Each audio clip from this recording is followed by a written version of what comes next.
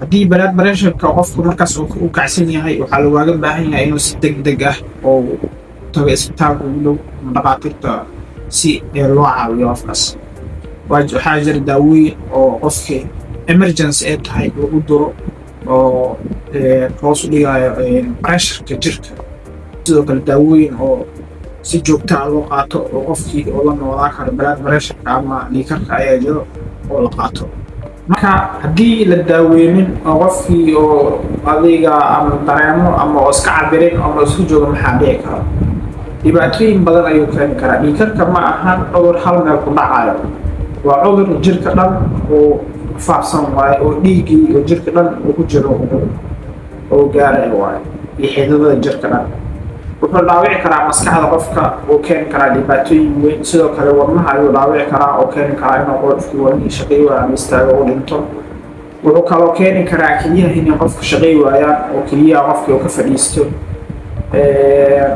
iyo indhaha oo kale, sidoo kale indhaha inuu xididada yaryar oo indhaha inuu dhibaatooyin u keeno oo qofkii indhihii oo waayo ama ay ka daciifaan oo wax fiican arki waayo ayuu soo abuuri karaa. sidee la iskaga ilaali karaa marka? sidee la iskaga ilaali karaa cudurka?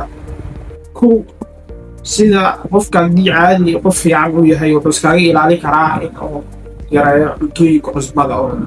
cuntooyinka cusbada in la yareeyo, sidiiba cuntooyinka oo take away-ga inuu adiga la iska yareeyo. sababtoo ah cuntooyinka take away-ga waxay u badan yihiin cusbo. cusbooyinkaas waxay jirka dhiigga ay waxay ku keenayaan inuu adkaado, taasoo keenayso blood pressure-ka inuu bato.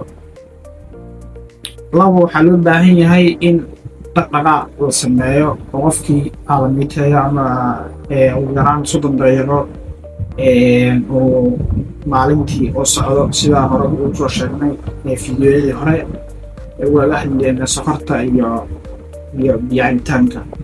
qofka mar walba wuxuu u baahan yahay inuu sameeyo exercise la'aan ma soconayso. sidoo kale waa inuu qofka si joogto routine joogto ah qofkii waa inuu routine joogto ah qofku iskaga cabiraa dhiigkarka. blood pressure-ka meel walba ayuu yaalaa, isbitaalada dhan ayuu yaalaa.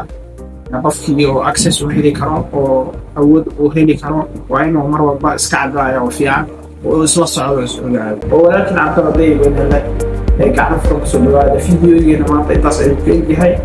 asalaamu calaykum waraxmatullahi wabarakaatu.